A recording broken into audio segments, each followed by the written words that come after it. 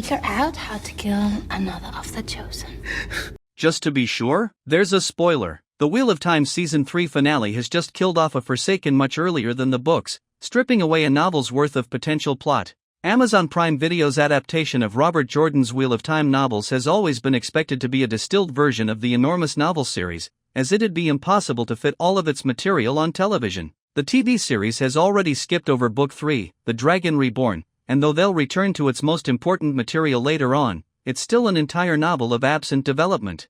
Jordan's novels are often criticized for being meandering and slow-paced, so it's not entirely unreasonable to cut and paste the most critical chunks. At a certain point, however, it seems like the TV show is just going to have rearranged the entire order of events, and will hardly be able to discern which season corresponds to which book later on. With the Wheel of Time Season 3 ending, capping off the bulk of the Shadow Rising, the natural progression is to move forward to Books 5 and 6, though the contents of Book 7 have already been dealt with. Are you actually ready to kill the Dragon Reborn? The Wheel of Time confirms the death of the 7th book's main villain. Sam'el is one of several premature character deaths. In the Wheel of Time Season 3, Episode 6, Lanfear sent a powerful obstacle for Rand to confront, testing him as the Dragon Reborn. Moiraine agreed not to interfere, and Rand barely survived the fight against the Forsaken, Sam'el. If not for Egwene and Aviendha interfering, Rand would have been killed, but the two women gave him an opportunity to strike back, using the one power against the villain. It seemed like Sam'el had died in Episode 6, but he returned for one more scene in the Season 3 finale. In the Wheel of Time Season 3's finale, we see Sam'el return, or he's quickly killed by Moghedien, one of his own. This eliminates the character, who would otherwise have been a major villain down the line in the Aeolian plotline. Following his release from imprisonment in the novels, Sam'el establishes a facade as Lord Brand and takes over the Council of Nine, making him an immensely powerful figure in one of the largest cities and countries in the Wheel of Time's world. Of course, this puts him on Rand's map as a rival.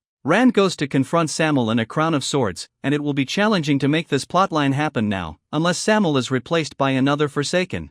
Given that there are only 8 Forsaken in Amazon Prime's adaptation, narratives like this might be thinned out from the overarching story. Books 7 to 10 are often critiqued for their slower pace and redundancy, so it's possible they'll be significantly condensed for the TV series. It's hard to say whether this will be beneficial or ultimately detract from the story's main themes. How skipping A Crown of Swords will impact Rand's future. Will this take too much from the Wheel of Time's world building? In A Crown of Swords, Rand pursues Sam'el to Aeolian, though the two end up facing off in Shadar Logoth. After Sam'el is killed by the darkness of Shadar Logoth, Rand obtains the Crown of Aeolian, hence the book's title. Rand might still obtain Aelian's forces in the TV show through other means, but the primary components of what makes the Wheel of Time what it is are the differences in cultures and the vast assortment of factions and forces that ultimately fight in the last battle. The TV show can make up any number of troops to fight for Rand's side.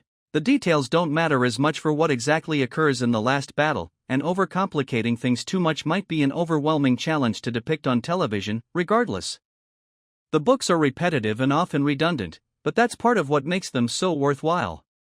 It's a slow burn, and the exploration of Jordan's worldbuilding is often equally, if not more integral than the story itself. Jordan's goal with the last battle was for it to be a world-spanning conflict. The more narratives like this the TV show skips, the less the last battle will ultimately feel like the one Robert Jordan planned and Brandon Sanderson penned. Thinning out unnecessary details is one thing, but removing a villain and creating a ripple effect that could eventually strip down an entire plot point could dissipate the end result. A good portion of the Wheel of Time is just Rand hustling around the world, dealing with one enemy or another, so it's possible that several of these stories will just be consolidated into one season. The Wheel of Time may use other parts of A Crown of Swords. Egwene's storyline could still happen in the show. A Crown of Swords is still a hefty book, and, of course, the TV series won't just ignore it entirely. I believe Aeolian will find its way into the show, perhaps with Rand dealing with the Human Council instead of a Forsaken threat. Otherwise, Egwene's narrative is still very important. Beginning with Lord of Chaos, Egwene becomes the Amerlin seat of the rebel Aes Sedai forces and is put into direct opposition with Elaida and the White Tower. We saw Elaida take over the White Tower in Season 3's finale, so we know this story is coming. In A Crown of Swords, Egwene works under the mentorship of Siuan Sanche. Siuan wasn't killed in the books like in the show, but is instead stilled and later escapes the tower without her powers. Though she eventually gains a fraction of her access to the One Power back, she mainly serves as a political player among the Aes Sedai, teaching Egwene how to manipulate her situation as the Amerlin seat. Because of Soan Sancha's death in the show, I believe this narrative will go to Moiraine, giving her something to do during her absence from the novels. Thanks for watching.